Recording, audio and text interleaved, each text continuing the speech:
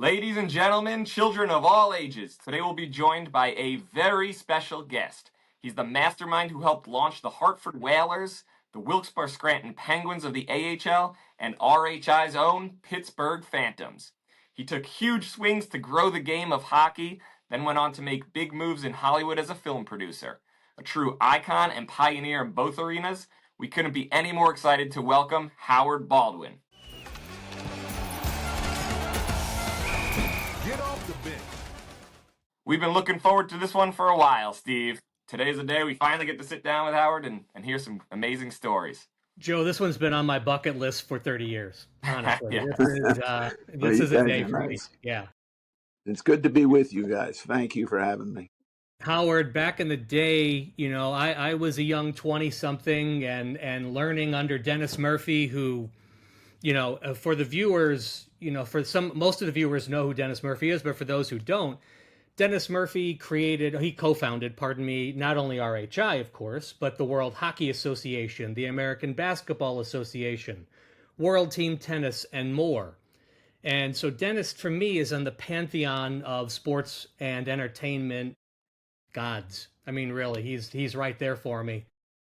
But as a young 20, I got to understand that there were more people like Dennis, and one of those people is Howard Baldwin.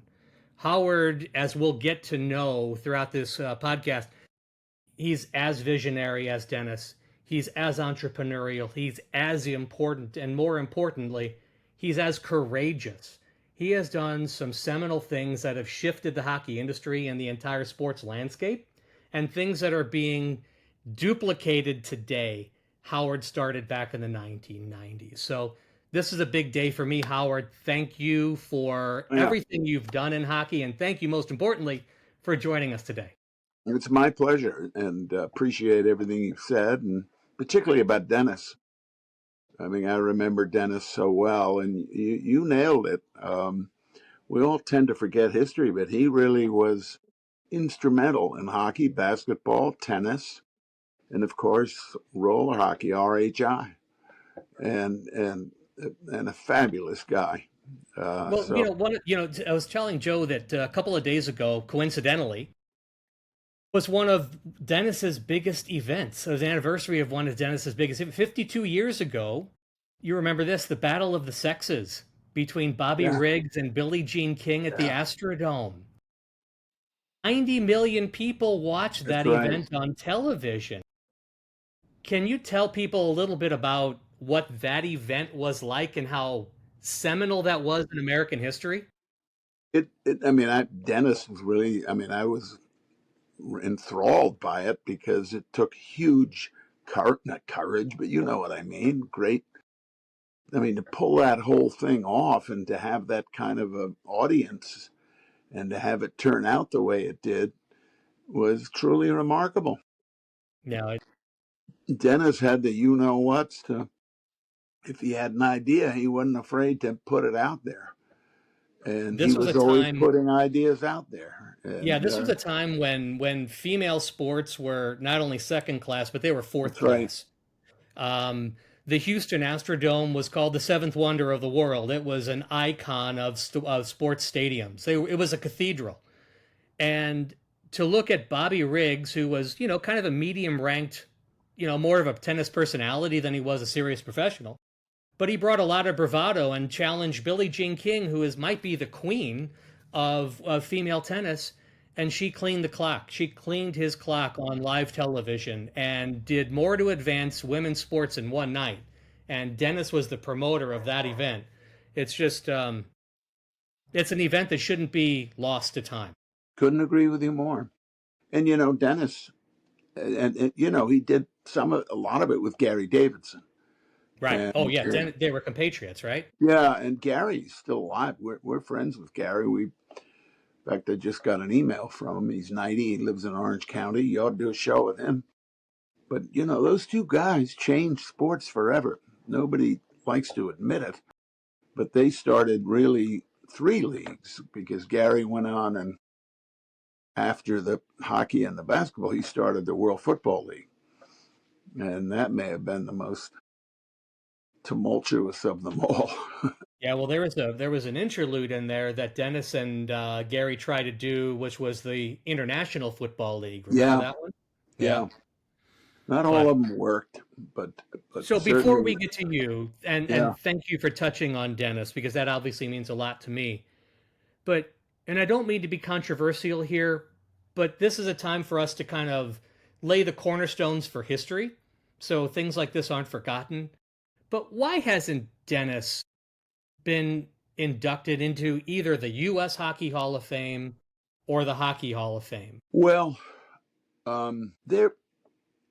I mean, neither have I, yet? and Dennis deserves it more than I do.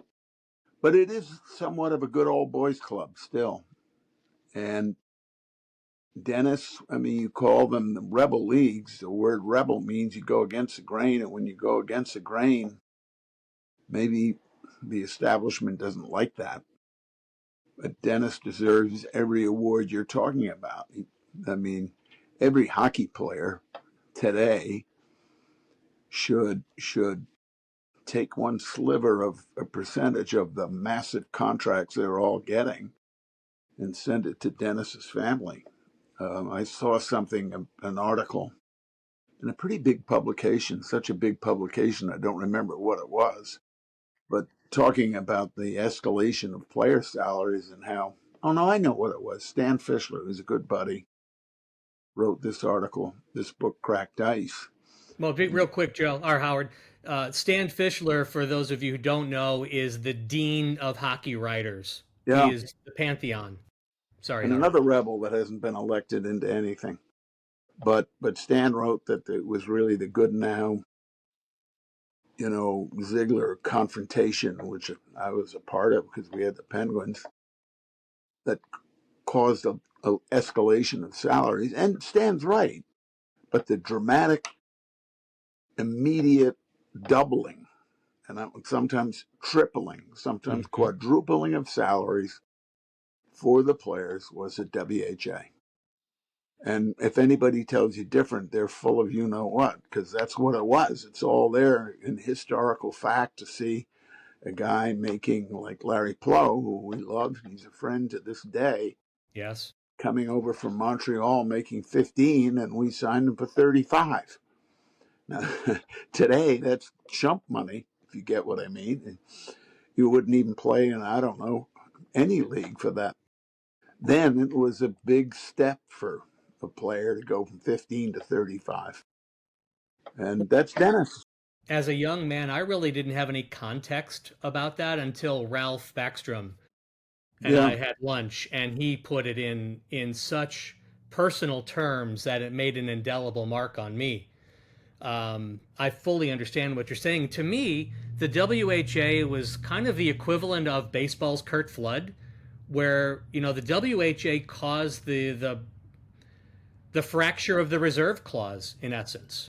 I remember this so well because remember, I was there from day one, and they said the reserve clause, but all any idiot had to do is read that contract and realize that even I, who am not a lawyer or anything, realize this is absurd. Where the contract is, it goes forever, even though it's a 1 year contract. And then if there's an impasse, who resolves the impasse? The commissioner of the league. Well, I was in the courtroom, guys, in the courtroom in Boston. Gary Cheevers was there. Eric Sanderson was there. A lot of the Bruins guys, obviously, that had Johnny McKenzie. And it took the judge 20, 30 seconds to render. He threw it out so fast your head will spin.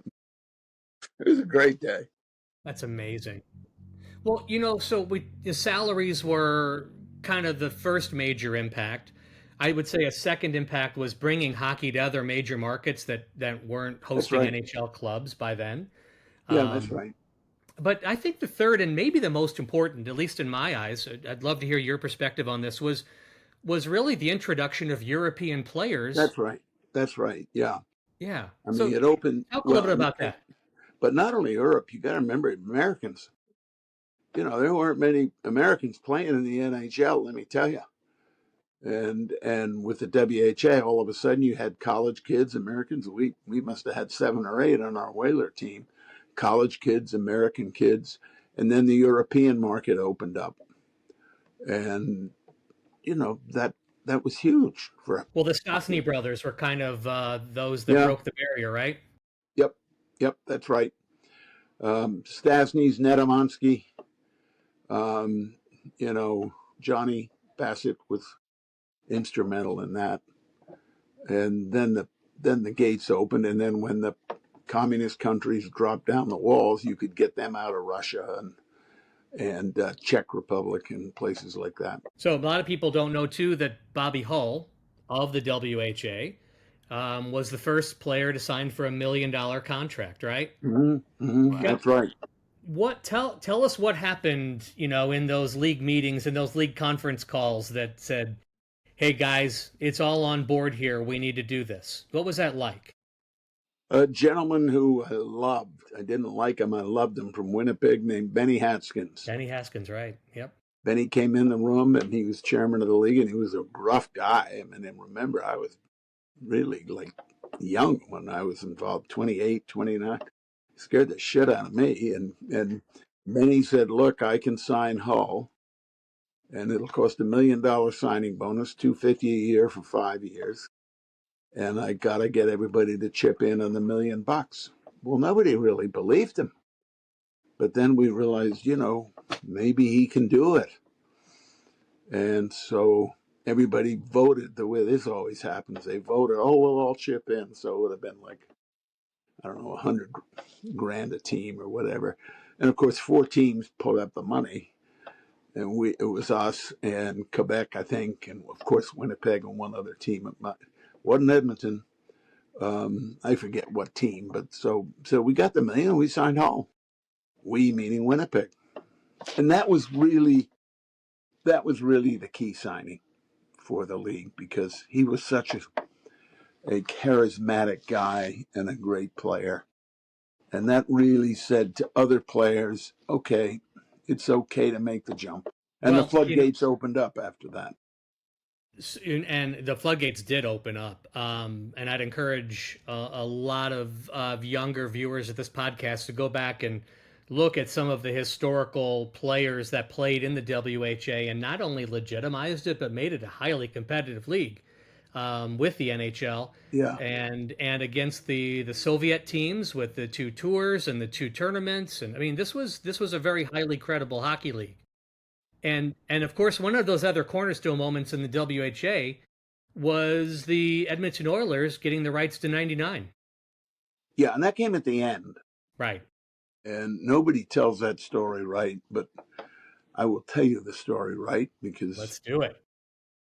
Jack Kelly, who was our GM at the time, got a call from Gus Badali and said, "Would you like to talk about signing Gretzky?" This is when we were the Whalers, obviously. And so Jack came to me, and I said, "We'll go up and meet with him," obviously. Now, we were right in the middle of the merger discussions, okay? Not in the middle. We were sort of in the final lap where you smelled it happening. And we knew they only wanted 4 teams. We knew it. Edmonton, Winnipeg, the 4 teams came. And Hartford. Now, there weren't people sitting around that Board of Governors room saying, "Gosh, we got to have Hartford, Connecticut in the National Hockey League." We knew we were coming in because we kicked the door down. So Jack went up, met with Badali. He said, "Look, Howard, we can sign him, $250 a year." And I had a sleepless night, and I called Jack up and said, "Jack, we just can't do it, because if we do, we may never get in the NHL. They're going to be so pissed off." Well, tell people about the fierce battle for I'm Gretzky's finishing. right. I'm gonna Yeah. finish my story for you. Yeah. And so I said to Jack, "Well, let's try to get him, but let's pick a franchise which we know isn't going to get in the league, Indianapolis." So I called Nelson Skalbania, and he went up there, and within 12 hours, he signed him. A lot of people think Winnipeg, or it was Indianapolis from us, meaning we tipped him off. And then he went to Edmonton, as you well know, in that when Nelson folded the team in December. That's the way it went. And Gretzky was what, 18 at the time? Yeah, yeah, yeah. He was young. So, Howard, what do you think the legacy is of the WHA? Well, look, I think it was in absolutely instrumental in the growth of the NHL because it opened up new markets, Europe, as you very well put, Steve, and it just changed the sport dramatically. And remember, in 1967 or 66, there were only 6 teams in the world of hockey. In 74, there were 26 teams. NHL expanded, the WHA came. Now, just do the math of the number of jobs that created and the number of markets that opened up. And so the WHA was absolutely the catalyst for all of that. Now, only 4 teams survived. Four teams survived. But when I say damage, the impact of the league was what it was. You couldn't change that. And I still feel they're a good WHA market. Look, Phoenix was a WHA market. I still feel that's a good market. In Denver, we were in Denver. We were in a lot of the markets the league is in now. And a couple of markets where the league is going, like Houston. I think Houston, but I also think Indy still could be a good market, and I still believe in Cincinnati. Yeah. And Atlanta. I think Atlanta is on the next list too, right? Yeah, apparently so. Yeah. Yeah. I kind of had a unique perspective as a young man and learning about the WHA from people like you and Ralph Backstrom and Dennis Murphy, but it is so refreshing to hear somebody else talk about how important the WHA was and have it. I mean, it's been talked about in other films and other areas, but as it relates to Roller Hockey International and as it relates to bench clearers and everything that we're doing here, I think the WHA set the bar for RHI, Yeah. and it laid the pavement for RHI. Yeah, I think you're probably right. People, because of it, weren't afraid to try new things. I love the RHI, by the way. I still think I love that concept. I mean, that was a lot of fun. And, we had some good folks in there. Jeannie Buss, who's a good friend to this day, is in it. And, it should have lasted, but it didn't. Well, we're still trying to get Jeannie to accept our invite. So if you've got a note there, let her know. Uh, but Burke Ross is coming on soon. Remember Burke from the Rock and Rollers, and Yeah. we've got a lineup of other great owners and NHL alum, and this is going to be a great platform to kind of tell the story of RHI, and it's really great to hear your affection for RHI. But I think there's a lingering question there, and we're going to talk about the logo. We're going to talk about the Brian Trottier playing for. Why only one season in Pittsburgh? What happened? I really don't remember, to tell you the truth, because we might have started to realize that the overhead of the Penguins was getting significant. Remember, the 90s, 80s was a great time in the NHL because the war was over between the two leagues. Everything settled down. And then it all upended again, when Bobby Goodenow, God rest his soul. I mean, I happen to really like Bob and knew him really well. And then John stepped down or was removed, and Gary came in. And so you had real labor strife, and we had a strike and a lockout. And the lockout in 94, 95 really, really damaged us financially. And so and it wasn't making money, but it wasn't losing a ton of money. And the building was expensive, but I'm not ducking the question. I'm just doing my best to recall. Yeah. But I will tell you, I enjoyed the sport. We enjoyed watching it, and we thought it was competitive. And Trottier loved it. He did, didn't he? Yeah. He could kind of let his inhibitions go in that league, which he did.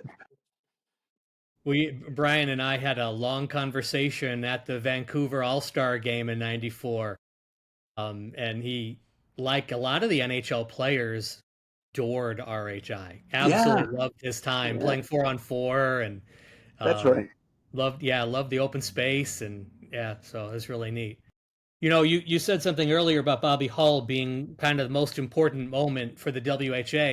I have a very clear recollection of Dennis's reaction and joy when probably the most important owner in RHI in 1993 and 1994 said yes. And that was you, Howard. Well, that's nice to hear, but That's the truth. it there were some good folks in that league, and I mean Jeannie was great, and Karen here, who's here in the room here. I met, we talked earlier about when Dennis was so funny because the inaugural league meeting, and Karen's with me, and we're sitting there, and then at the end he introduces each team, and then he said, "Now I'm going to introduce the head of our PR and marketing." And I'm saying, "Geez, I didn't know we hired somebody." And then he says, "Karen Baldwin," and she had to get up, and but she did all right with it. But he had some. Dennis was fun. He kept you on the edge of your seat. Yeah, but like that, you never knew what was coming out of Dennis's mouth that you had to back Yeah, up, right? I mean the good thing about Dennis. I mean, when I say this, I say it affectionately. He knew the hustle, Yeah, you he did. know, and he never did it in a mean way. He just knew he's selling a concept, and selling a concept is harder than selling a product. You can hold the product but selling a concept is a challenge, and he did it well. And he and Gary were good. They were like yin and yang. Gary was sort of this handsome guy but to me, the key was Dennis. Yeah, Dennis knew how far he could push people and he knew what he could get away with and what could be backed up with what he said. It didn't matter the amount of hyperbole that came out of his mouth. He knew that somebody somehow could back it up. I mean, even the first summer before we ever dropped the puck in the WHA, I'd get on the phone with him after we had gotten the franchise and say, "Well, the NHL has already made calls about doing a possible merger." And I'm thinking, well, wait a goddamn minute. That, He did even that for then too? me, was a stretch. But he did it, and he did it in such a way so you'd hang up the phone and say, maybe it's happening. So, Well, Howard, your acceptance of RHI started that conversation with RHI merging with the NHL, just so you know. yeah, yeah. Well, that's great. That's a true story. You know, I told Joe and a few other guys who have been involved with the podcast, Adam Steele and Vince Omenson, that there were three logos that I didn't have to be involved in at the RHI League office. One was the Vancouver Voodoo, the other was the St. Louis Vipers, and the third was the Pittsburgh Phantoms. The three of you, brought a level of professionalism and a level of polish that the league needed, and you three were, I would say, three of our pure cornerstones. And even though you were a one and done in '94, your legacy and your impact was felt throughout. I mean, the Well, entire term of RHI. you're nice to say that, and I love that shirt. I'm Yeah. happy to pay for them, but I want to get a couple and for my There's one wife. coming your way. Yeah, we got the full Yeah, collection. We'll show you after. yeah, and And just it's so funny our top because sellers for a reason. I mean, you can't beat it. Eddie Snyder, was one of the Flyers, one of my closest friends. Wouldn't you know what he does when he gets the AHL team? He names them the Phantoms. And I said, "Eddie, I love you," and but that makes You me gotta want pay me. to. Yeah, that's right. Anyway, it sort of So lives on, did you end right? up selling the rights? Did you sell them? No, he took them. I love it. I wouldn't do that. It's nice to have the name linger on. And he used a different logo. I He mean, did. I'm not going to lie to you. I kind of forgot that logo. That logo is really cool. Yeah, I yeah, forgot yeah. that. But, There's a couple we different gotta, versions. That's we gotta my find part a of the team. It's great. yeah. Makes you want to get a team and just to have that logo on it. There you go. It's we saved for you. You can use it Howard, anytime. we'll have that conversation later. Yeah. So there were a couple of really key moments in Phantom's history. One was in July, but let's talk about that second. The other was in August when you opened the roof in the Civic Arena. Do you remember that day? What was that game like? And it was No, against Minnesota. I don't know that we were there. I mean, whether we might have been off filming a movie or something, but I don't remember that. But Civic Arena. He means for the filming of the movie. Do you mean for the filming of the movie, or do you mean for a game? No, it was a Phantoms game against the Minnesota Arctic Blast. Really? Yes. Playoff game, right? It might have been a playoff game. It was in late August, so it might have been. But that was kind of the original outdoor game, right? Well, it would. Yeah. There's no question about that. That's a very good point. I mean, there's debate on the original outdoor game. I mean, yeah, right. I mean, really, our movie Mystery Alaska Yeah. might have been it. And then, in fairness to Bruce, he played an outdoor game in the early '90s at Caesar's Palace. Yeah. When he had the Kings and Gretzky. Yeah. No, but it was a really cool moment for us to host the league office to be a part of that moment. That was one of those bright spots in RHI history. That's cool. And then there's another one when your young lady Erin Witten faced off against Manon Rhéaume. Yeah, with the New Jersey Rock and Rollers. That was a historical moment, no right? question. No question. And we actually, with Manon Rhéaume, we actually developed her story for a movie shortly thereafter. It never got going. We did it with Barbra Streisand's company, and it never really got off the ground, which is too bad because she was the first. She really was. I mean, she's out now. She's working for some team, scouting, or I don't know what she's doing. I believe she is scouting. Yeah. Yeah, and I don't know what happened there in Witten, but yeah, there's a good history. Look that up. We'll look that up by the time we publish this. We'll make sure that the viewers know where both Erin and Manon Rhéaume are. I'm almost sure Manon is with the Kings because we spoke to her about a year or two ago about her film, and we just couldn't do it. So. And for the listeners who don't know this story, you can shed a little more detail on it. But this is the battle of two female goaltenders, right? Right. One of them in the RHI, and one played for the Tampa Bay Lightning, if I'm not mistaken. Correct? She actually did, yeah. Yeah. And I, believe it or not, played in a LA Forum celebrity game when we were launching Mystery Alaska. So they did. They had 16,000 people, and you had guys that were in Hollywood and guys that were, NHL players. It was like August, I think. I'll never forget the game, and I'm on the ice, and I was smart. I picked Chelios, and I played defense. Okay, and so she was in the goal. Nice.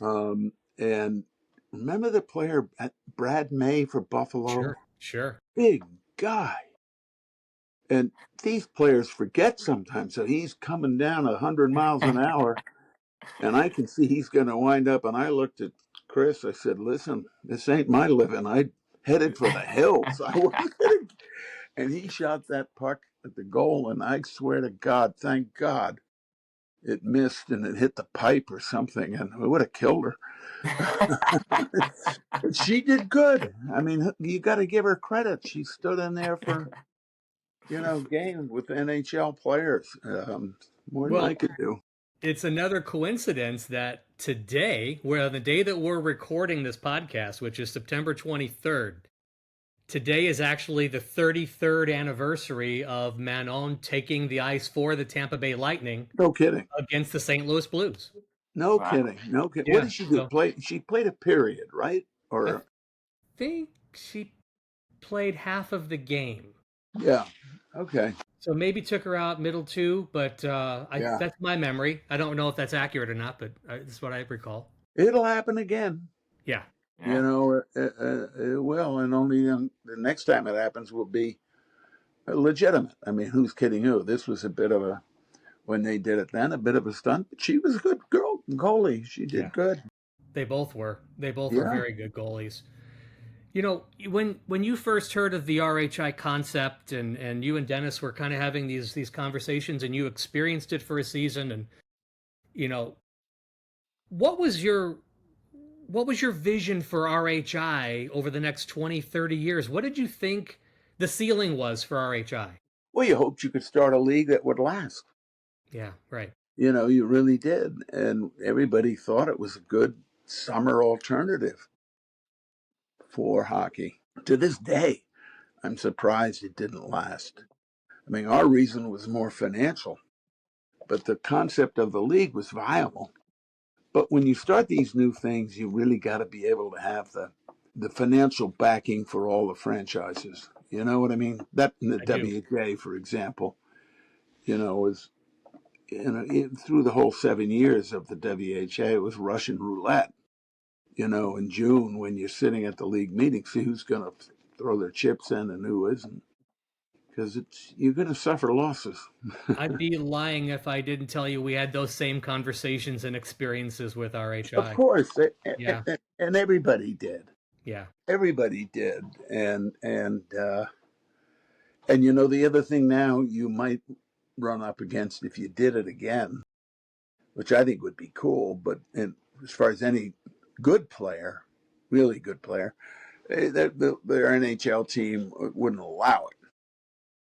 You know what I mean? Uh, be a I'm players' sure that. association in concert with, right? Well, yeah, that's right. They would say no because somebody gets hurt. It would be. But you got a lot of guys. I mean, look at most fans can't really tell the difference between an East Coast player and an NHL player. Who's kidding Right, who? right. And so I think you'd have a good player pool. Yep. Agreed. I know there are a lot of people who watch this podcast and who are on various roller hockey boards on Facebook and other social media platforms that just pine for Roller Hockey International's second edition. They feel Yeah. like you do.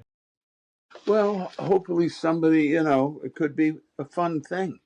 They tried. I guess he's still got to go. And EJ Eddie Johnston, he's has tried this 3-on-3 hockey, and I talked to him, and I don't think tournament hockey works. You know what I mean? I I do. said I really think it's a fun concept for the summer, but you got to have a regular league, not just come in for a 6-day tournament. But that's just me. He could be more right than me. You may remember we experienced the same thing in 93, 94 when RHI merged with the WRHL, which was the tournament concept of the day, right? Pro Beach Yeah. Hockey. Yeah, that's right. I do kind of vaguely remember that. Yeah. Yeah. So to your words, we went through that back in 93, 94. Right. So it's Right. history, revisited all Well, over again. people like to have the season and wins and losses and Yeah. standings and build up to the climax of a playoff game. Howard, I don't want to keep you too long, but there was another really important part of your history that I'd love for more viewers to know about. It's really common for American business persons to be invested in European sports, especially soccer clubs. But you did something back in what, 94, if I remember. Yeah. You bought basically the New York Yankees of Russian hockey, the Red Army team. Well, Talk to us about that. yeah, I'll tell you what happened there. We were approached by two folks at IMG. You know IMG, right? Mike Barnett, Yeah, sure. who then Mike represented Gretzky, and then another fellow, Paul Theophanis, who had a lot of Russian contacts. And the Red Army team traditionally got all the best players in Russia because they said, well, we want you to come play for us. And if the players said, oh, I want to stay home, they said, guess what? Welcome to the Army. And that's how they got all the great players. They just drafted you in the Army. And they had the greatest team ever. Those were the greatest teams. But then when it got to be a level playing field, they had to do something different. So they reached out to us because, again, they knew we were a little bit of a rebellious group. But by a level playing field, help our viewers understand what that means. Well, it means everybody had an equal opportunity. If you were coming out of a part of Russia, and the Seska team, the Red Army team, couldn't automatically get you. But it was a collapse of the Soviet Union which led to that, though. It was the collapse of the Soviet Union and the structure they had enjoyed for so long. Yeah, that's exactly right. And so we thought it was a good opportunity on a few fronts. One, then the players had slotting. So if you were drafted number one as a Russian, or anybody number one, you got 250 grand, and then it kind of went down the ladder. So we said, okay, if we get over there and we get good players, we'll make money through the draft, whether we get the player or not. So that was number one. Number two, we felt it would give us an edge on the players. So we actually had a GM, Mark Kelly, who worked for the Blackhawks. His dad was Jack Kelly.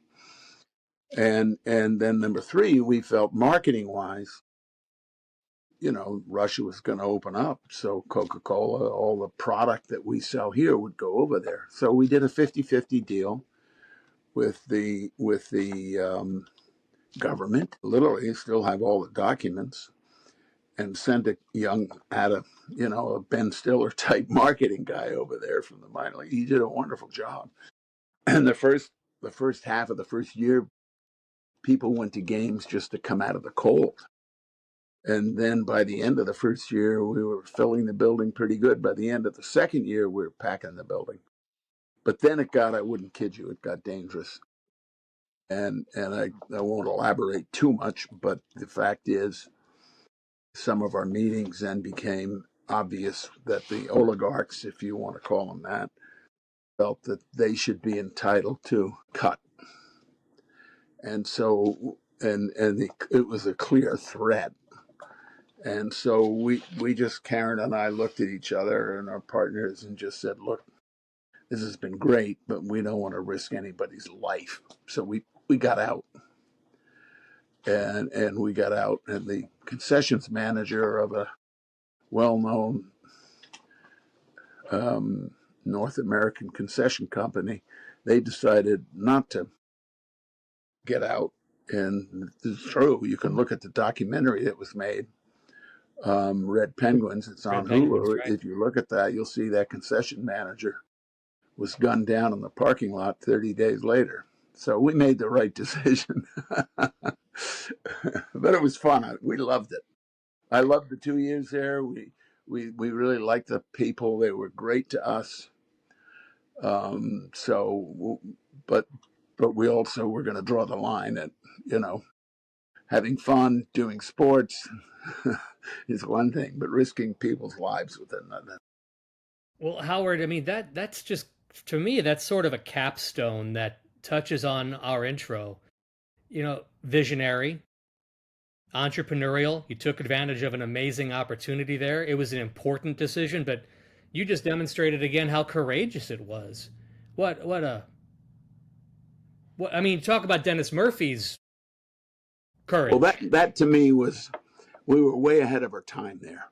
Yes. And I will tell you, we were filling the building. We had sponsorships coming over.